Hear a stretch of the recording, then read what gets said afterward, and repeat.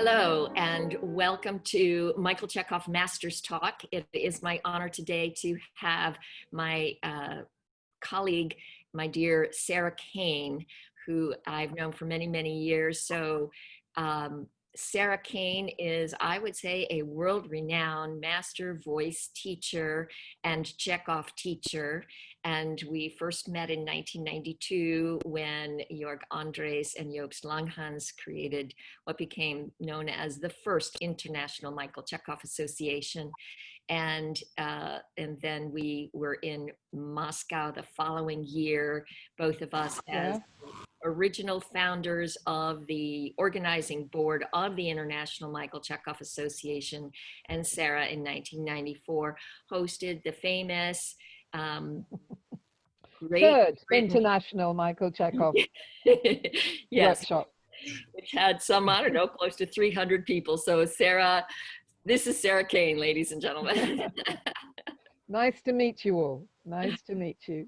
And it has been a quandary of mine in my Chekhov training to learn how to interface the voice work. I began my training with Ted Pugh in, well, the first training I began in a play, which was a full-length play but had no dialogue.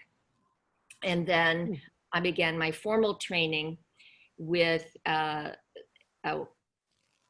Pugh, and we did not do any speech work. We didn't even say a monologue until 2 years of training. Wow. So it was at that point that I came to realize when Ted and then Fern and the Actors Ensemble's first production had amazing, powerful Chekhov work until the words were spoken, and then the atmospheres collapsed and the gestures just disappeared.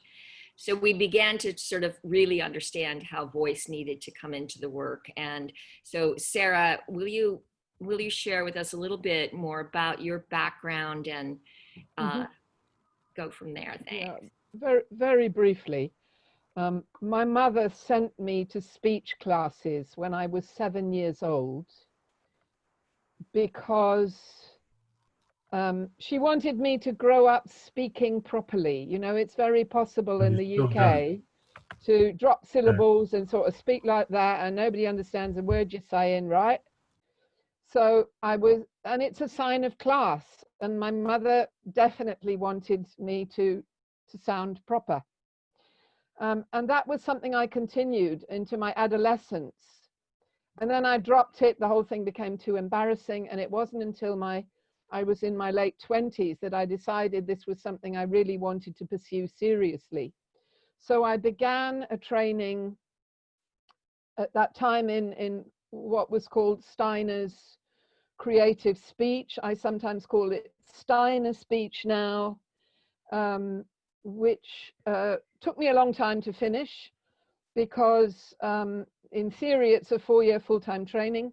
It took me about 10 years because I kept on having breaks in between to just survive and make sure I could live, you know, working in between and then going back and doing another year until I finally finished in my mid-30s. And basically ever since then, I have been teaching it. So, and it's been something that it's just an amazingly central part of my biography, as one can tell.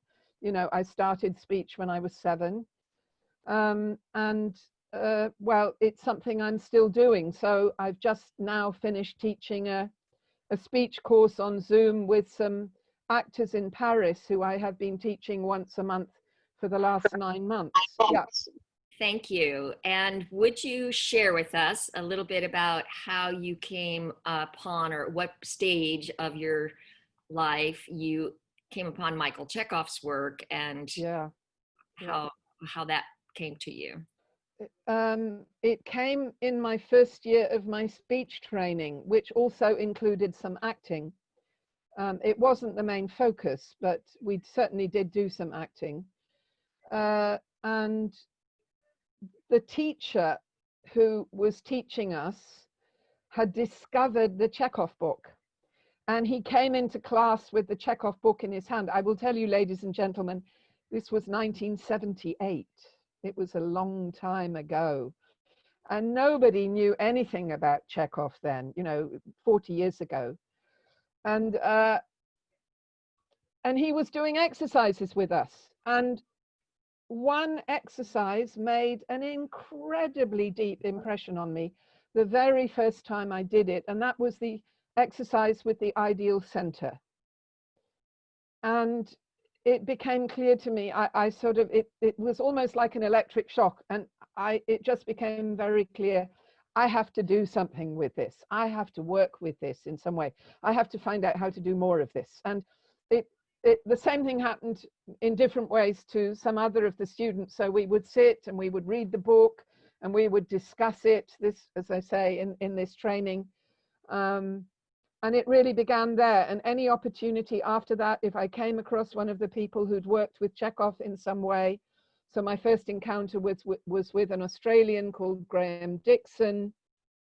And he had a little theatre company. And that was the beginning. I got Graham to organize some real Chekhov workshops. This was in the center of Germany at the time. And I collected all the English speakers I could find, etc. So that was the beginning of the journey, really. And just a little side note, can you tell us a little bit about your German fluidity? Oh, right. Yeah. Well, I studied German at university. I mean, I learned it at school. I studied it at university. And then I've spent a number of years living in the country. So I've become bilingual. And I actually teach Chekhov in German in some parts of Germany, which is a bit of a bizarre thing to do. But I simply have I'm very comfortable with other languages, let's put it like that. So I've now even started teaching Chekhov in French as well, because not all of these Parisians that I'm working with speak English. The French are pretty particular about their own language, so they're having to put up with my awful accent, but they would prefer that to being translated. So that's what's happening. Yeah. Great. And can you tell us how you connected with Joost and Jorg for that first international workshop in '92? Right. Yeah. That's a bizarre thing, because in the middle of nothing, completely unprompted, I got this letter, which was an invitation. I mean, in those days, that was 1991, I think, when or end of 91, something like that, when the invitation went out. And they were putting feelers out to find out who's out there, who's doing Chekhov, where is it alive, right? I mean, I don't know how they found you, but I got this letter sent to this place. I had finished my speech training a couple of years before. I was running a part-time, a 20-hour-a-week speech and drama training at a college here in the UK, Emerson College, where we had the first or the third workshop. And this letter appeared, and anybody know anything about Chekhov? So I replied to it. I have no idea why it got sent to Chekhov, because I hadn't met them before. I didn't know them. It was really that was in the hands of the gods, I would say, that I got that letter, because I was dead keen on Chekhov by that time. I'd met all the ancient monuments, as they called themselves: Deirdre Hurst Dupre, Felicity Mason, Eleanor Faison, Herd Hatfield, all the people who'd actually studied with Michael Chekhov. And I'd worked with them in a London workshop, and I was just raring to go with this stuff. Well, I, was teaching with Mala Powers. Yeah. And at the time, and so Mala got the invitation. Right. And I was, for the first time in my life, actually going to go on a real vacation with my husband. Right.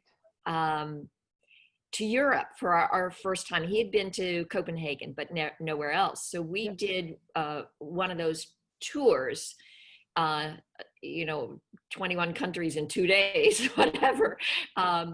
And we spent a whole lot more money on it than we meant to. And so there was no budget for me to go to Berlin. And that was, the tour was in June of 1992, and the Berlin was in August. And when I came home from my 1 month of touring and spending way too much money, my mailbox contained over $10,000 worth of residuals from commercials that I had running, which of course I had, you know, as an actress, a very successful career using Michael Chekhov's work. And I literally opened the mail and found $10,000 worth of checks. And I immediately called up Mala and said, Mala, do you think it will be all right if I come? And she sent a fax to Jobst and Jorg, and they said, we have no place for her to sleep.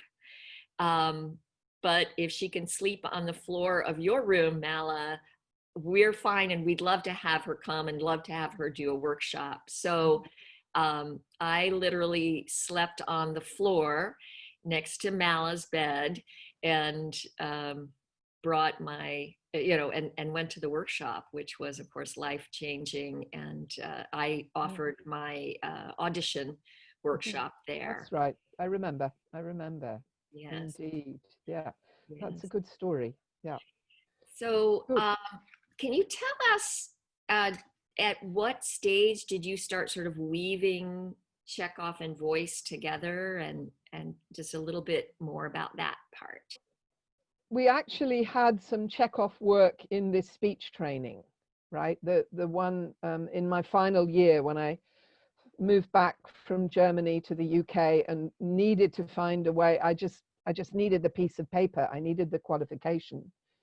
And we had somebody who had studied with Deirdre Hurst-Dupre, whose name eludes me at the moment. But because she was also one of the speech students, you know, we would regularly bring up these questions. But it's only really when you sort of get into practice of both techniques that you begin to feel, okay, so my speech instrument has something to do with my physical instrument, with my movement instrument, something like that, right?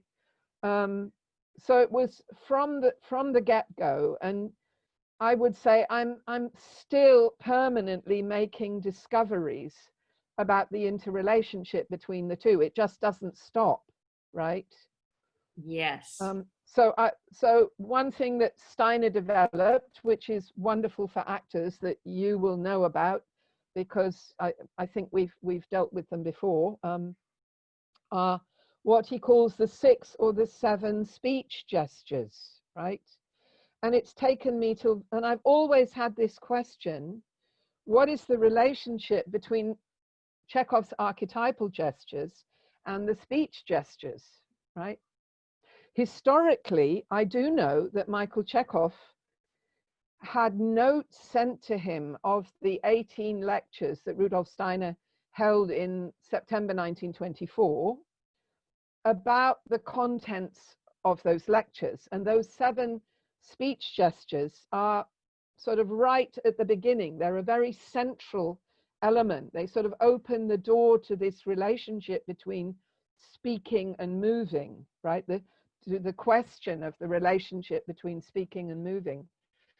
And it took me, until, it's in the last 2 years where I can say the difference for me is now really clear, that the gestures make, if I may say it, if I may put it this boldly right now, the gestures are about the words, because the speech technique is not about my voice, it's about words. And it's about the nature of the words. The gestures tell you what you need to know about the words, whereas the archetypal gestures are much more clearly in relationship to a character, right? So you can use both at the same time, and they will both tell you something different about the nature of the text that you're working with. Whereas I've been going, well, how do they? And then at some point in the middle of the class, I went, of course, that's what it is. And I'm hugely relieved to have made this discovery, you know, more or less at the end of my working life, right? If that makes some sense. Why do I use them? Where do I use them? Yeah. Well, I think I've gone off the thread a bit now, but I mean, why don't you talk about the same question, Lisa? You know, this relationship between the two. Well, I think I love what you're talking about. I love the concept of finding them. I see them, you know, I've got this chart for inspired action behind me. Yeah, and it's a variation of the one that Michael Chekhov hand drew for Mala. Yeah. And you know, each box holds a tool that one can use. And and over here I've got the archetypal gestures. Yeah. And the image you've just given me is that this isn't just, it's another box that we can put on this chart. Yeah. Yeah. Each thing on the chart brings a certain color to your work and addresses a particular thing. It gives you more about the feeling life, or it gives you more about the thinking life, about the characterization, about your artistic life. It has a role, and they're all present in peak performances when you're happy on the stage, as Mr. Chekhov would say. So what you're saying, and so one of the things I say about everything on the chart is that anyone, they don't need to know anything about Chekhov. Anyone who is in a peak performance, in a flowing, happy performance, one could identify or analyze or deconstruct their performance using everything on this chart. And so I could look at any great performance and find these 6, 7 speech gestures as well. Yes. And so I always teach the speech gestures as part of our advanced course, because I think they're really fantastically powerful.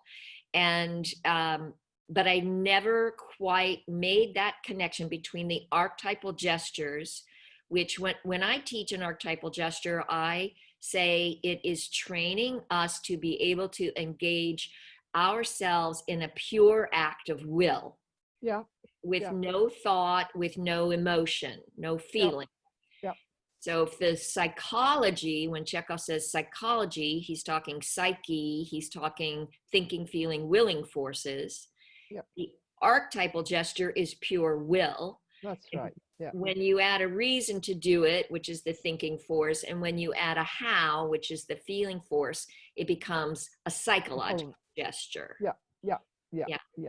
So the archetypal gesture is a pure training process, because the moment you actually give it context, it's transformed into a psychological gesture.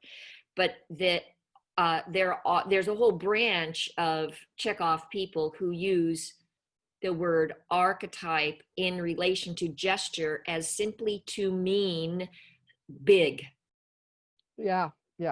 Grand size. They say the psychological gesture must be archetypal, and what they're meaning is the psychological gesture, when you physically do it, must be very big. As big as you can make it. I know that position as well. So for everyone who's with us to understand that, I believe, and Sarah, you can adjust this if this isn't in alignment with you, but that when we talk about archetype, we're talking about that which we know, which we were never taught. It's an ideal that exists in another dimension, and it can be an ideal way of communicating. It can be an ideal way of an ideal thing you want, which is the will. I want to push, I want to pull, I want to lift, I want to smash, I want to gather, I want to throw. And for everyone's information, Michael Chekhov never made a definitive list of what was an archetypal gesture. And if you look uh, in I think it's Lessons to the Professional Actor, to the Actor, and On the Technique of Actor, each of them has a paragraph with a bunch of verbs listed, and they're all different. Yeah, exactly. Yeah, yeah.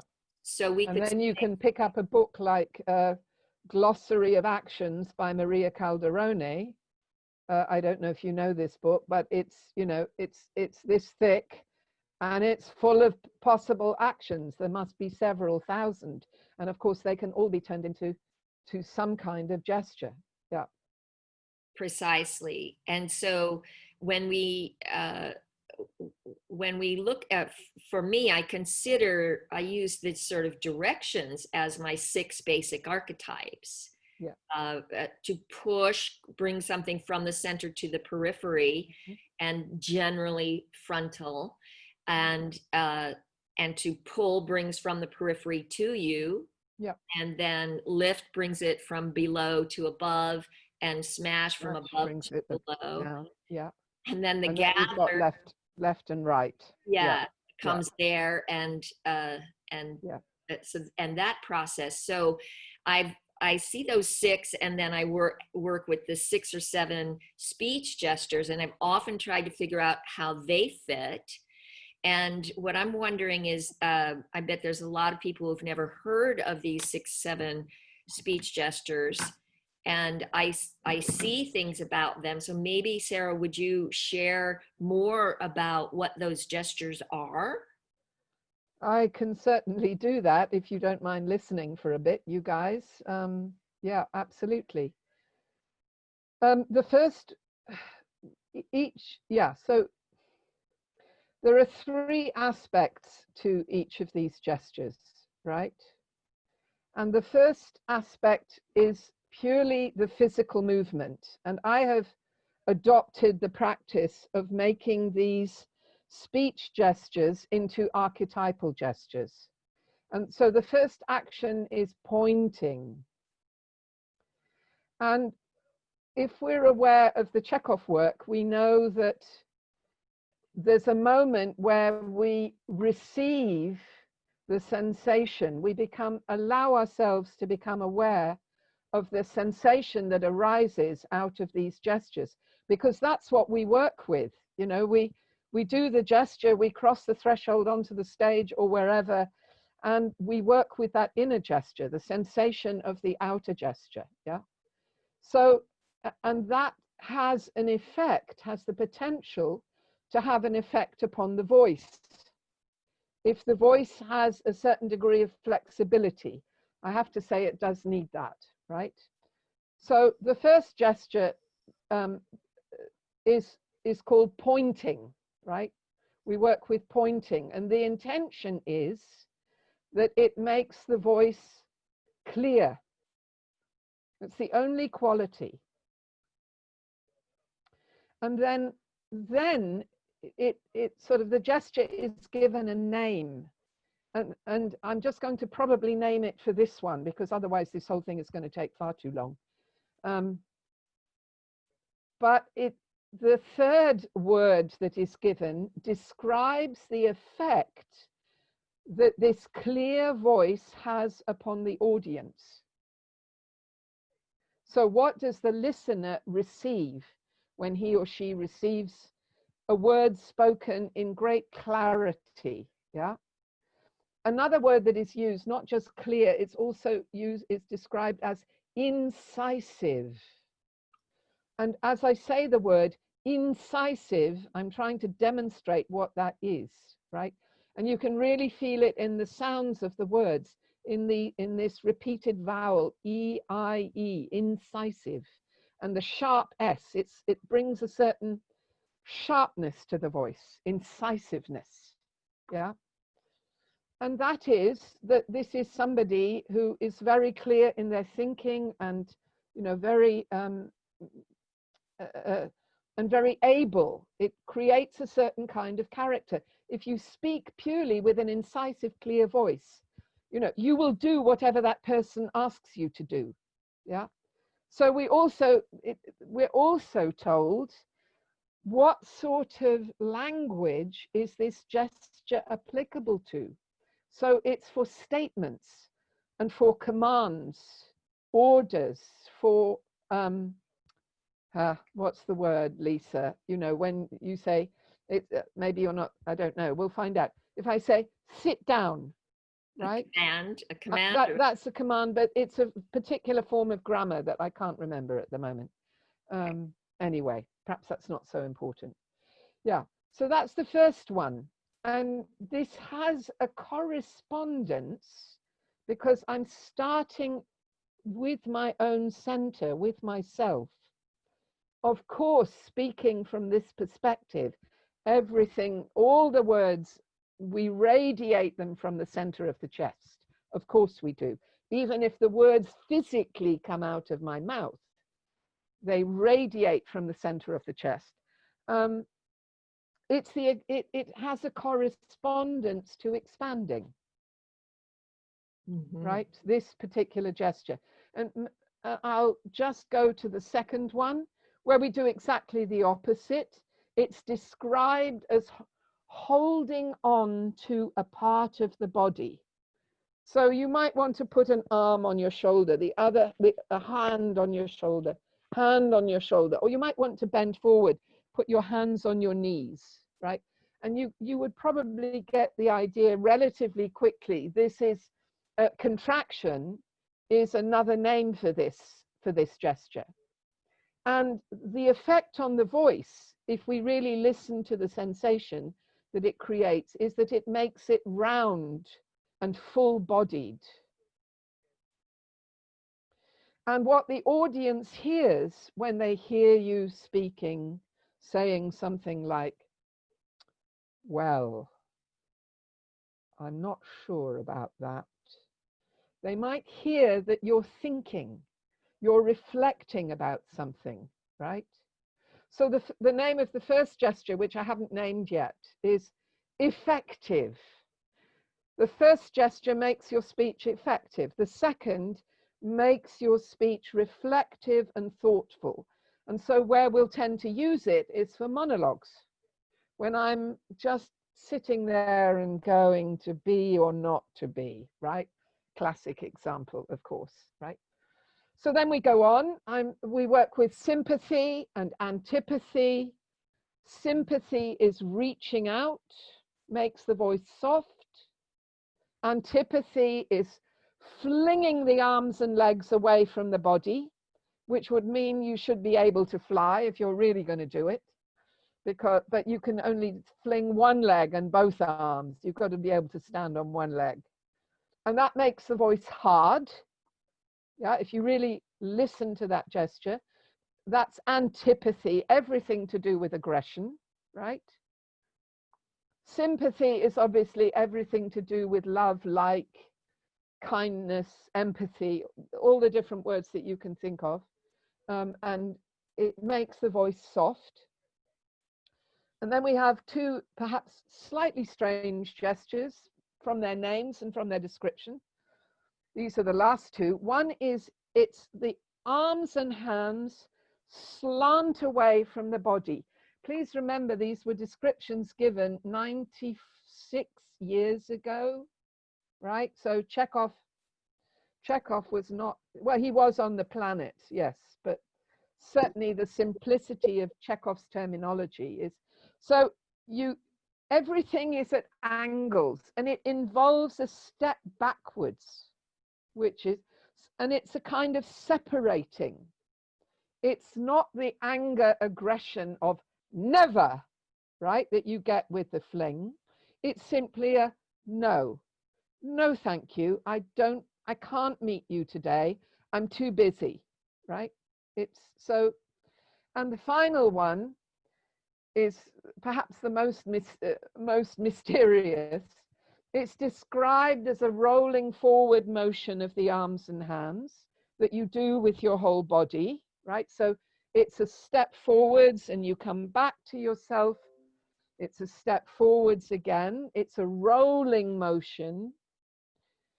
And it's about trying to get through against resistance. it's feeling forwards against resistance, and it's what we use when we're asking questions. I don't know something, I don't understand it, and I want to understand, and I want to sort of move through the fog of my not understanding. Yeah. And it brings a slight tremor of uncertainty into the voice, because I don't know, and I know you know. You, my partner on the stage. So those are the 6.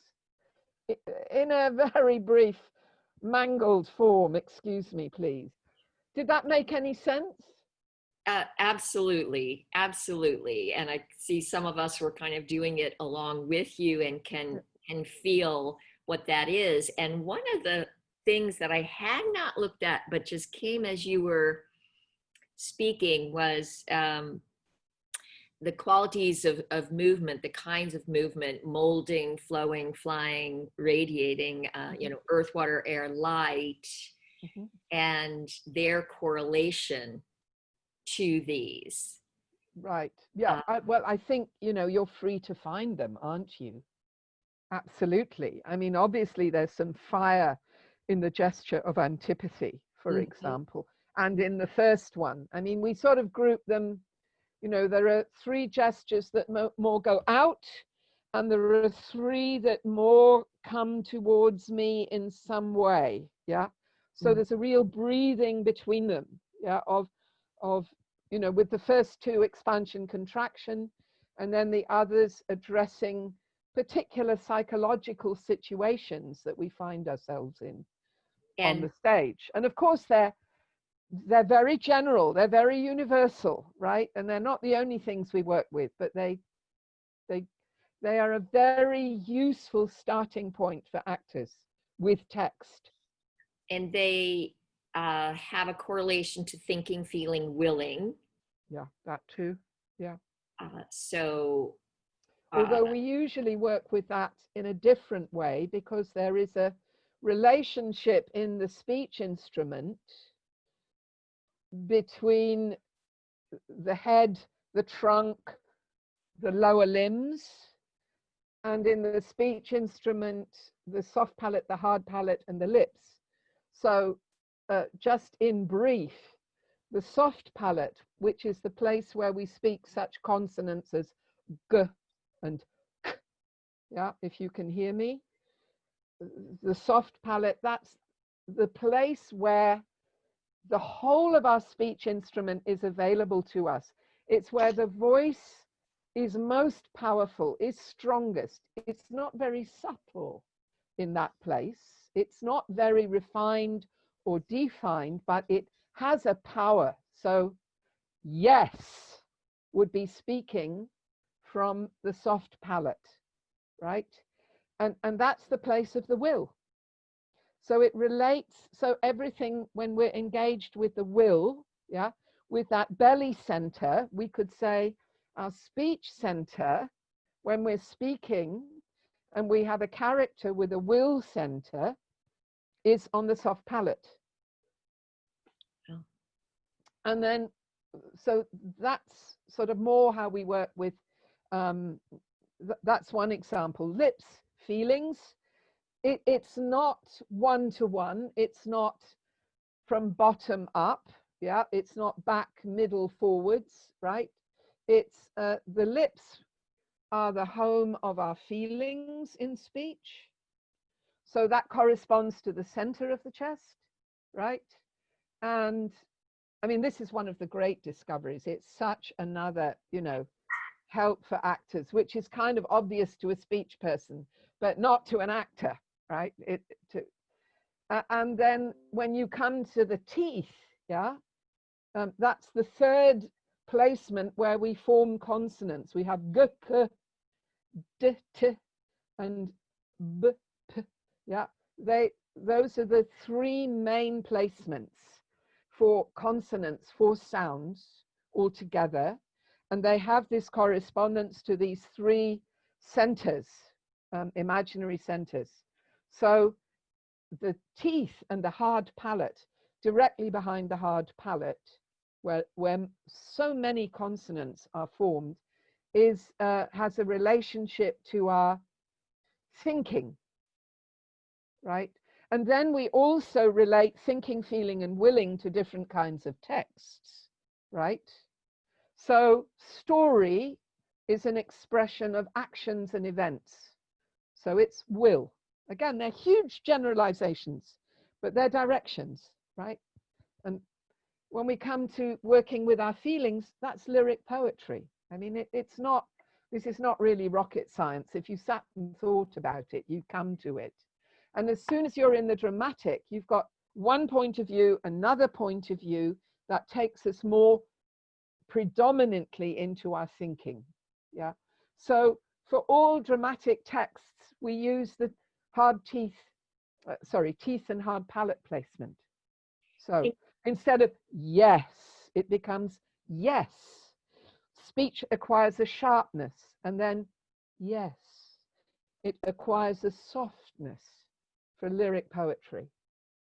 Could you give us an example of texts that fall into those three categories?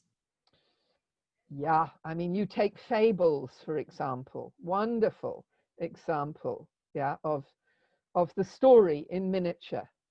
One stormy night, a raging north wind pitted its strength against a magnificent oak, which now lay on the ground. A fox, whose lair was not far away, saw it next morning. "What a magnificent oak!" he cried. "I would never have thought it had been so big." So what I was working with the soft palate, trying to make the words round and full, one stormy night. Yeah. Mm-hmm. And then giving the fox the quality of the teeth, hard palate, the thinker. What a magnificent oak. Yeah.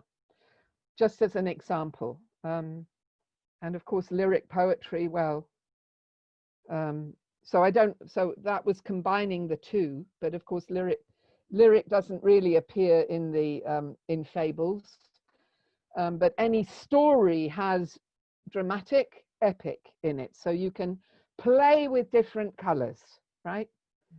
Mm-hmm. Dramatic generally meaning more dialogue-driven exchange type yeah, of? Even monologue, yeah. Everything that comes from a play, mm-hmm. from a piece of theater or a script, a film script, anything like that. And where you are in conversation with somebody. Yeah, that's absolutely right. In the world of lyric, I'm in my own little bubble, really. Right? I'm just lost in my feelings, and the feelings just float gently to the ground. I wandered lonely as a cloud, for example. Yeah, it's much softer, slower. We're trying to make story three-dimensional, that words have three dimensions. Yeah. Anyway, I'm doing far. Yeah. Your turn, Lisa, not mine. Well, it's very exciting to me. And I'd like to do a sort of a shift because that was fantastic. And I think we've been given a tremendous amount of information. I think most of us can feel how interesting it would be to get a chance to work more deeply with this and practice and apply it. I have some questions about speech training in general across the theatrical board. Yeah. Regarding, so I mean, I launched this by saying that there was a lot of training that I experienced and where we were just doing the work and the Chekhov work, and we were not connecting our voices. And most of us who experienced that realized that this was not a good service. So I began integrating voice during the exercises to make sure that we're allowing the voice to be responsive to images. Yeah. And so that is sort of the primary way I've been working with it. Great. But on top of that, is this question of theater training for voice. And I know Arthur Lesak, who has a well-known acting technique. Arthur attended the first workshop in 1993 that Mala and Will and I did at an association for theater and higher education. Well, that's exciting. I didn't know that. Great. Yeah. And he was absolutely thrilled and felt very connected to it. And there have been statements that said that Cecily Berry was a student of Michael Chekhov's. And in 2015, at the Southeastern Theater Conference, which has like 4,000 people at it, so the year before I had been the guest master teacher in acting, and my counterpart the following year was Kristen Linklater. Right. Yeah. Rest in peace. Yeah, that's what I was thinking. Yeah. Yeah. So Kristen and I had lengthy conversations, and launched into and provoked by her about her love of Michael Chekhov's work. And in the workshops that she was doing in 2015, I saw a lot of it, and I didn't know if she was bringing more into it because I was there, or having these discussions, or what. But there was quite a bit of interlinking, and Catherine Fitzmaurice's work, which really sort of enters the field by loosening, really loosening the musculature, so to speak, so that it can be responsive. Seem to have, seems to dovetail really nicely. And so it leads me to a question. I'm not an expert in any of those. I know we have some highly trained voice people among us. Okay.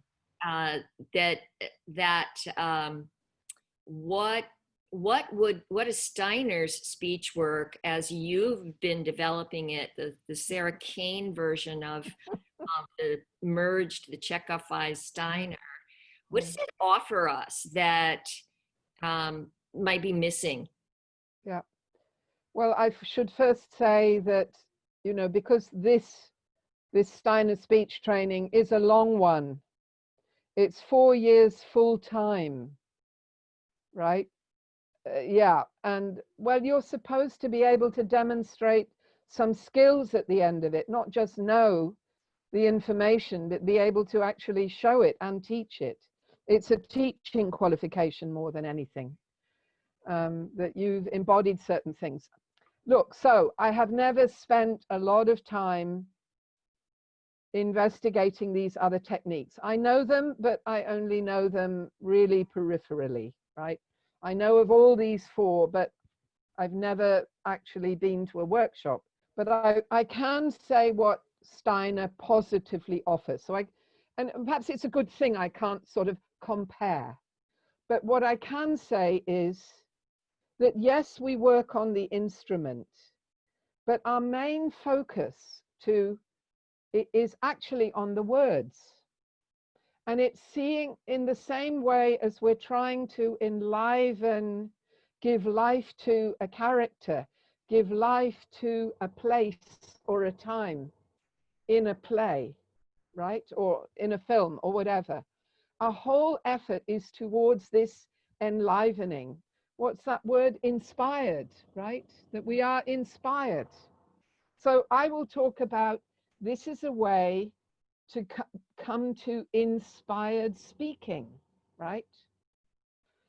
How do we do that? By giving all our attention to the words. And so I have come to talk about words not as things or as objects. And because Steiner's work actually encourages this, but as living beings, just as Chekhov invites us to know that our character is not us, not even we put ourselves at the character's disposal, that we can embody this character, but he is not me or she is not me, and I am not him or her. And it's the same with words. my starting point, and it's a huge shift in how I look at what speaking is. And that is, it's tapping into the life that is in words. It's already there, right? That life is already there. And the life that is given to the words by the sounds and by the image. So it's a combination of the two things that we're always working with. How do I develop a living relationship to every single sound? And so this morning I was wrestling with who is "oh" in French. I have to discover it. I don't know. My French is far more rusty than my German is, right? So and we're asking, you know, what color is "oh," the sound, the vowel sound "oh," yeah? What shape? Is it old or is it young? You know, I ask all these questions about sounds. Is it, you know, what kind of character is this sound to keep my own inner life going and connected? Words, you know, the last thing we want to do is to be speaking out of here. We're really trying to speak out from here, from this center, and without that life, without finding that life, I don't have to drag it up from myself. It's there, it's waiting for me. Those words are waiting for me to ask them who they are. Wow, that's inspiring, very inspiring. Yeah, I hope so. Because, I mean, you can tell that, you know, I started this work, I started this training when I was 27, I think. So that's now, yeah, that's now 40 years ago. And I am, there's not one second that you know, I've come to not just love it, but to, you know, value it, you know, every day a bit more. Every day I'm still discovering things about it, about words, about sounds, about how to convey it, about how words move and want to move. And if they don't move, I cannot have a conversation. If I don't let words move, if I don't give them away and let them have their own life, then the person who's receiving what I am giving, yeah, he can't receive them because I haven't given anything. So yeah, it's endless. It's absolutely endless. You know, I sometimes think about what is, you know, the title of this series is Michael Chekhov Masters Talk. Talks, yeah, talk, yeah. And, but so the question came up, you know, what is a master? What gives one that title, or what does that mean? And I think that when this impulse that you just expressed, which I share regarding the Chekhov work, yeah, it's that, yeah. you know, after more than 40 years, I'm still like an infant learning and seeking and coming up with questions and random moments at any given time in one's life going, oh, that's a way to share this, explain this, or that's what that means more deeply. And you know, when you have this ongoing deep lifelong passion that still feeds and you continue to bring it forward, it's a blessing to, I think, find and have a thing in one's life that leads one and inspires one like that. And well, it certainly keeps me young, I tell you. Yeah, it does. It really.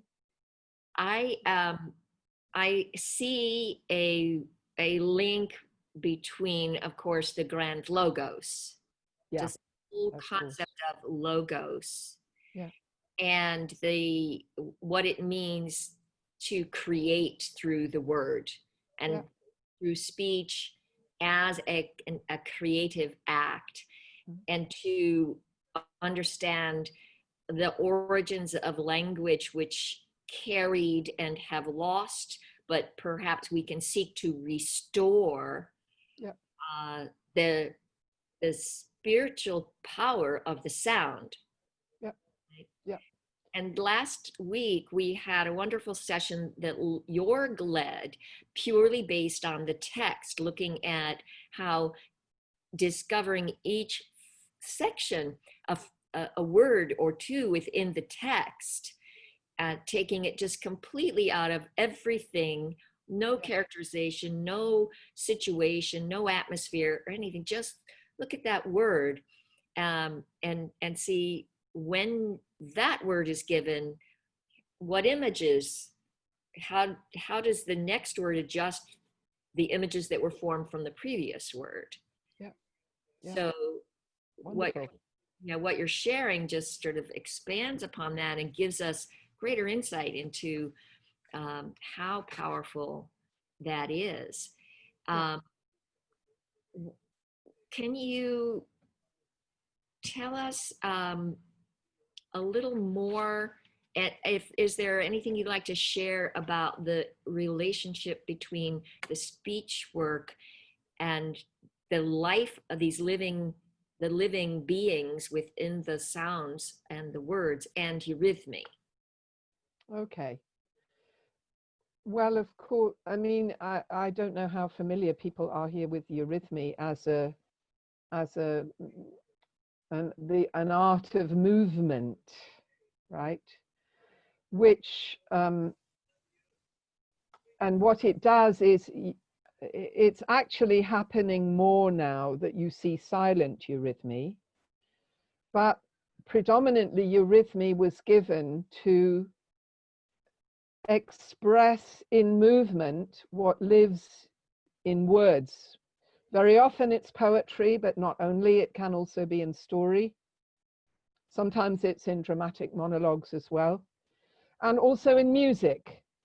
And their only instruments for developing how they move is when you're working with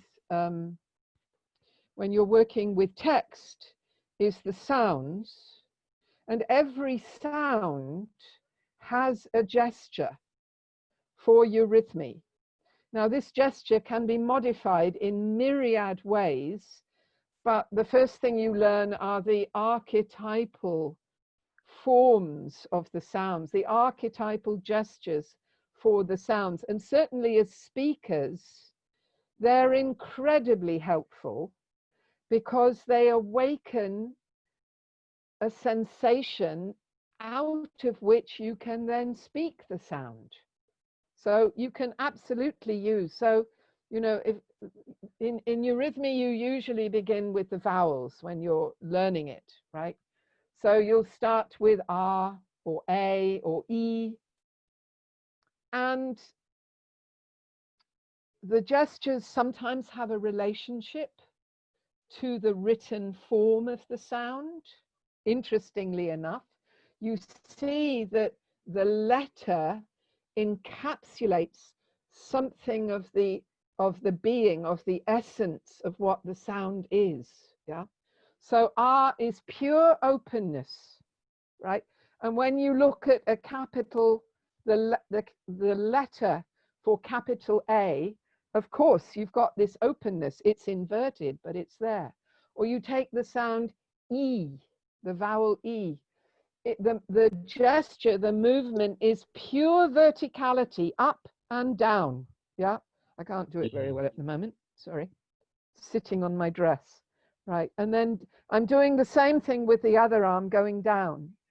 That's E. So what happens when you make that gesture and you listen to the sensation and then you speak the sound? Try it. R is pure expansion with the arms. If you want to translate it into Chekhov, yeah.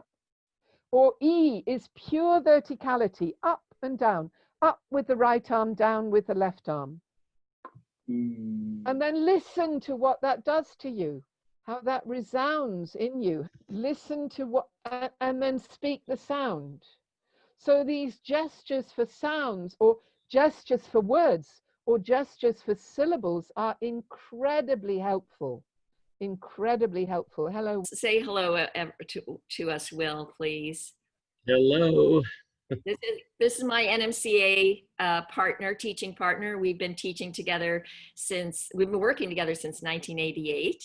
Oh, wow, great. It was Will's idea to create that ATHA conference that Arthur Lesak was at. So, Yeah. so that's great. Welcome, Will. And I see that Vadim said here, hi Vadim, would you unmute for us? And Vadim, you mentioned that you've been studying with Kristen for 5 years. Can you how much of the Chekhov work are you familiar with, and did you feel that you saw intersections in your work with Kristen? Hello everybody. Hello Lisa. Thank you very much, Sarah. This is incredible. I mean, I'm so happy that I'm here with you, and this is really such a pleasure. I've been doing Linklater work for 7 years, and 5 years, for the past 5 years, with Kristen personally in Scotland. And last September, I started Mikhail Chekhov's work with Jorg. Mm-hmm. And here I realized how much there is in Linklater work of Chekhov. This is absolutely incredible. This is all body emotion relations. So first comes the body, sensations, not feelings, and then the imagery. This is incredible how much Linklater work is based on imagery and the body work. And everything comes from the body to your sensations. You're being aware of what's going on with you physically, and then it manifests in your emotional world. So this is absolutely incredible. And Kristen Linklater actually boosted my desire to come back to theater, because I'd been doing theater like back in the 90s, in the beginning of the 90s. And now I'm back with movies and theater, thanks to Jorg and Kristen. I'm so happy to be with you. Thank you, Vadim. Thank you for sharing that. Can I just add one last sentence then? I would say one thing that nobody else has developed is the work with sounds. That's the one thing that could be added to all these techniques, clearly. Yeah. And this concept of the sound as a being, the different sounds as beings, and the depth and that the sound by itself as a creative force. That's right. That's certainly how Steiner talks about them, or let's say that there are creative forces in the world which have created the world, and which, now that human beings are on the world, manifest as sounds. That's how I would describe it. Yeah, does that make sense? Yes. That's how Steiner talks about it anyway. Yeah. So in them, in the sounds, there is something more present. There is, Hello.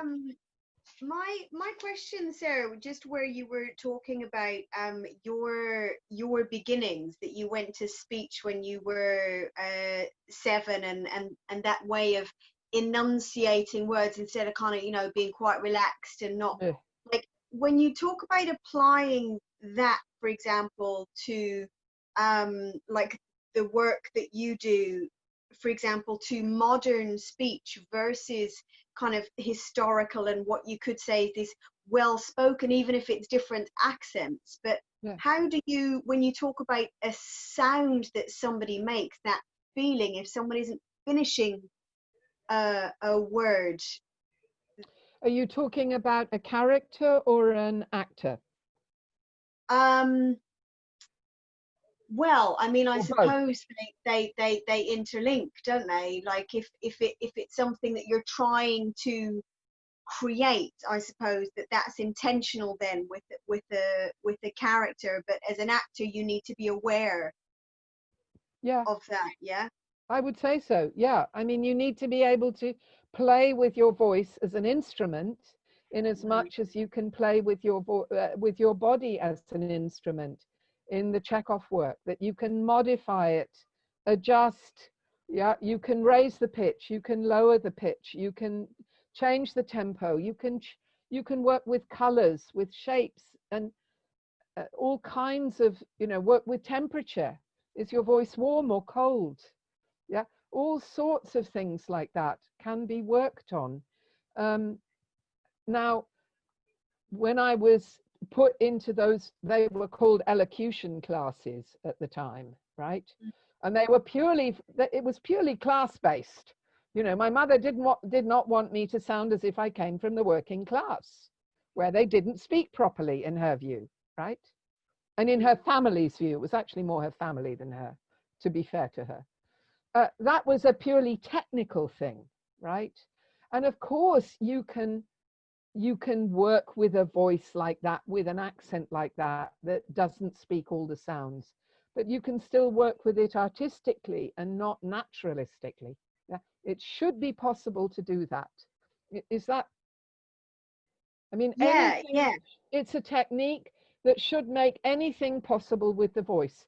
As Chekhov, I think, makes anything possible with the body, with the imagination, with movement. Yeah.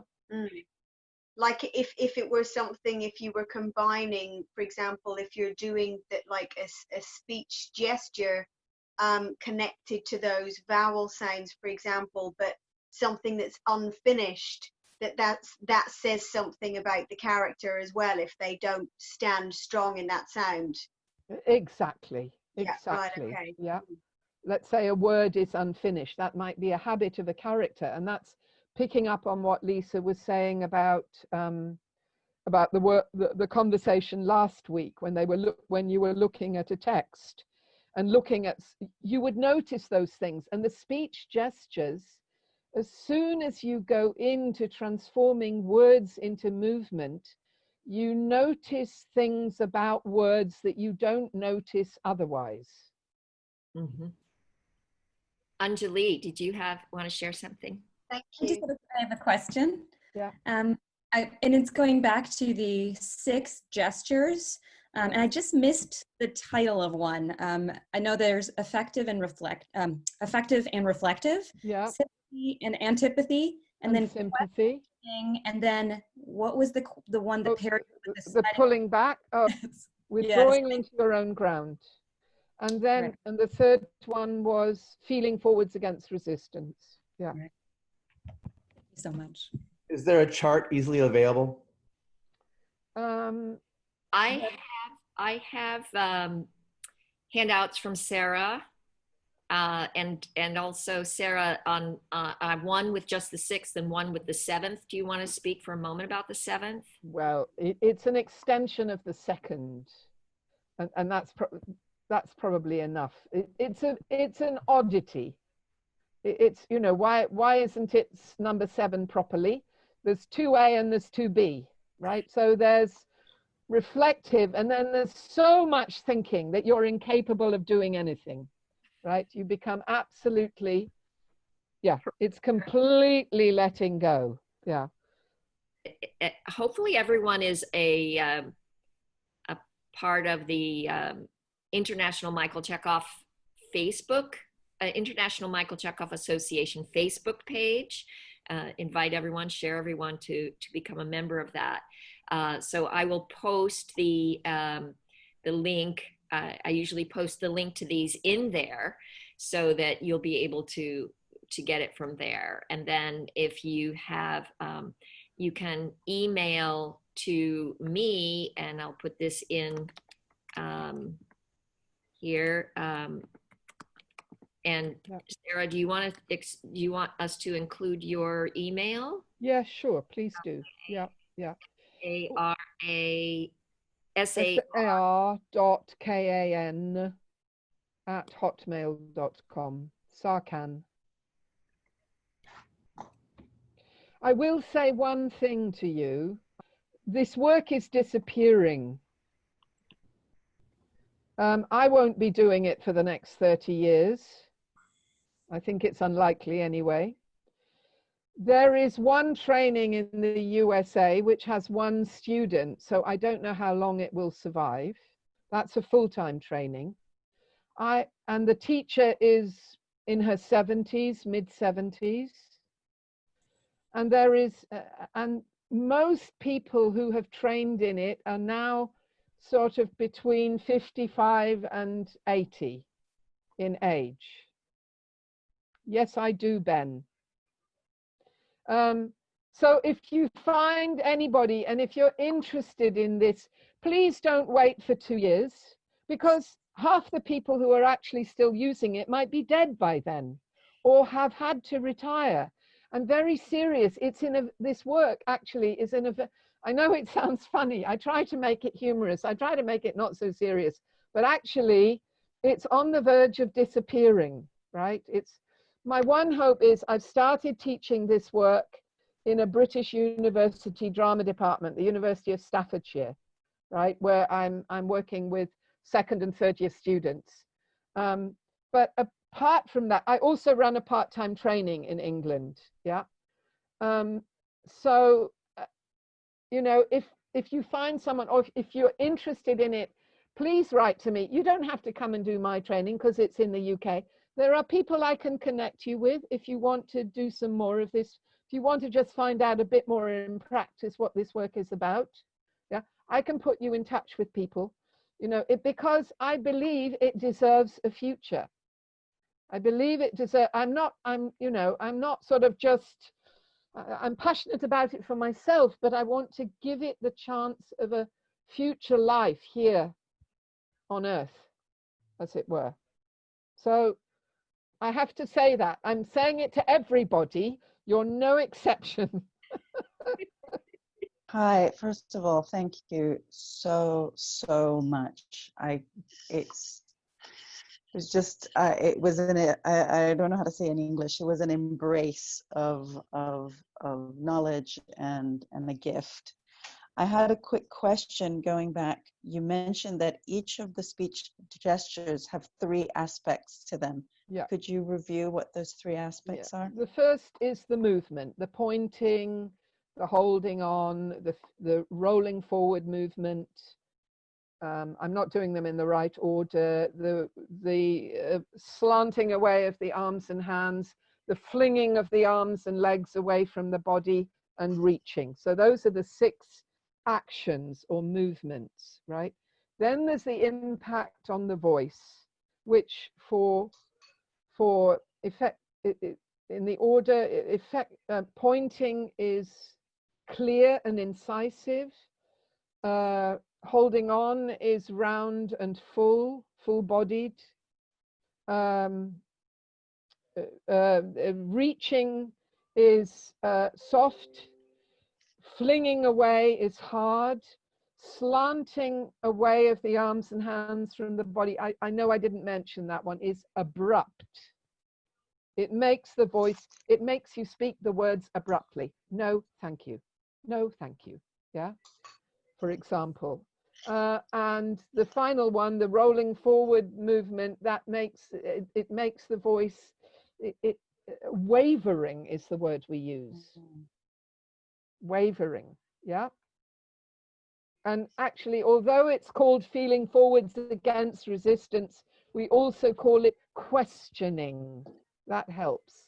We call it questioning as well. Then the effect on the audience: effective, thoughtful, sympathetic, antipathetic, withdrawing, separating. And the last one is questioning.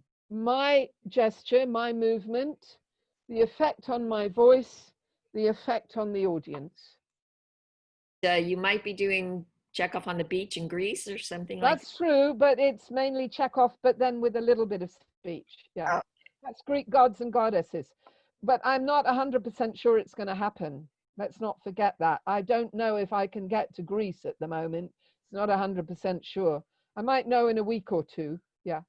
So my email's on there. If you're interested in joining that, just send me an email and I can let you know if it's happening or not. Okay. Okay. And if there's interest and demand, then we can create, an opportunity to bring Sarah to us. Yeah. So Okay. if you have a school, if you have a space, something like that, we can That's help. right. Coordinate. I am open to being invited. Absolutely. If you have circumstances where it's possible, then yeah, you know how to get in touch with me now. Well, thank you very much. I waited for this meeting, and you should, yeah, it was very inspiring. Thank you. Good. And my question is, you said something about historically, you know something about Chekhov and Steiner. What do we know about them? Did they meet? Did they talk? Did they exchange? Yes, they did. Yes, they did meet. They met in Arnhem in Holland in 1923, I think, but I couldn't put my hand on the fire for that date. Rudolf Steiner was lecturing in Holland, and Chekhov had the opportunity to leave Moscow. You know, he was a highly celebrated artist. You know, they had all these levels, and that gave them of accolade, of recognition, and that gave him the opportunity to travel. I mean, in 1923, that wasn't funny, right? Normal people couldn't get out of Russia at the time, but he could. So he went to Steiner's lectures in Holland, and he asked for a private conversation, and I can tell you the source of it, but the book is in German, unfortunately. And he went he went to Rudolf Steiner and said, I want to become a priest in the church that you have founded, which is called the Christian Community. He wasn't interested in continuing with acting at the time because life had become so difficult for him. And Rudolf Steiner looked at him and said, but how do you want to do that? He said, you know, this church only exists in Germany at the moment, or in Switzerland where Steiner was working. And he said, you don't speak German. How are you going to do it? You know, Steiner was always practical, at least. And instead, he said, instead, will you please do something else? He said, you are developing an acting technique. Will you please continue to develop it? Because it was will you please continue to develop it? And will you write it down? So Chekhov had Rudolf Steiner saying that one thing to him in Holland by Steiner. And of course, Stanislavski said exactly the same thing to him. And I don't know now if it was before or afterwards. So that was what, you know, thanks to those two individuals, we now have the books. We now have the written work, because we might not otherwise, and Chekhov would have gone and left no trace. That's the nature of theater. Yeah. He also asked his Russian Orthodox guru guy about it, who also said, no, you got to stay here. Keep doing what you're doing. Yeah. So he got the message ultimately. Yeah. Can I just add a word? Well, I'm probably the only Russian here in this group, and I live in Moscow. Oh. So Moscow is a great idea. So, Lisa, Sarah, come to Moscow. We're going to set this workshop. Jorg is coming regularly. So that would be great if you could be with us. That would be fantastic. Please do that. Absolutely. Yes. I think we have Maria and Kirill and a number, and Alina. Oh yeah. More Russians here. Yep. Russian contingent. Right. Sure. Will. Sure. Along those lines, I would love to have you follow up to one of our Chekhov intensives in New Mexico. So I have the space. We have a beautiful theater there. So if we can get you to the U.S. and we can get enough interest to do that next summer, hopefully. Obviously now things are a little shut down, but for next summer, I think that would be a great workshop to do. Lovely. Well, thank you. I cannot tell you what it means to me to talk about this work and to have so much interest shown in it, because for decades it's been sidelined. Yeah, nobody's been interested, and you just fight against you're swimming against the tide and you're fighting against the odds. So to have this, to be on the receiving end of all this openness and generosity towards what I've been talking about, it means a huge amount.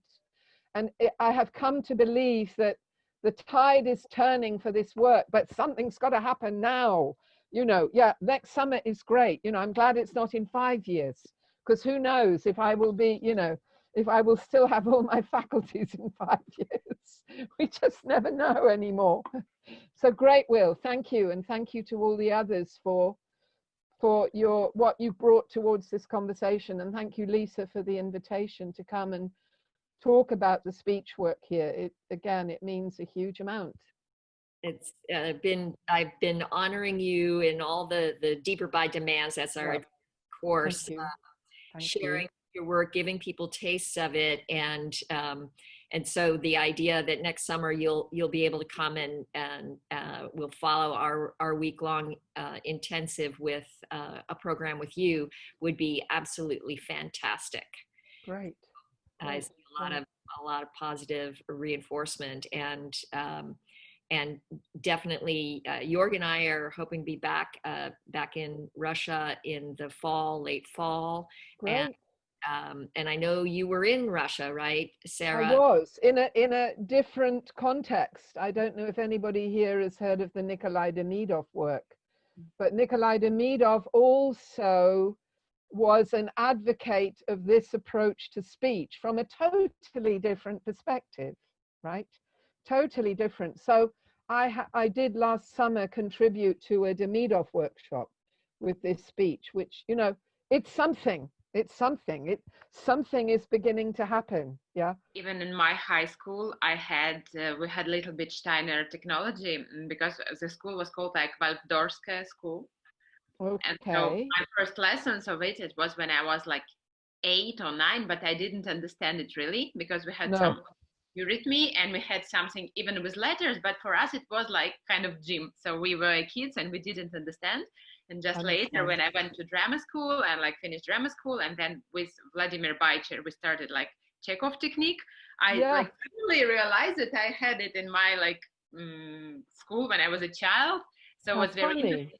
Then even right now when I was listening to the letters, and then I remember that they tried to give us when I was like 8 in summer camp in Russia. And now it all comes into one system. So that's why for me it's very valuable. Thank you for sharing that very much. Thank you. Thank you so much, Sarah. Thank you very much. Take care.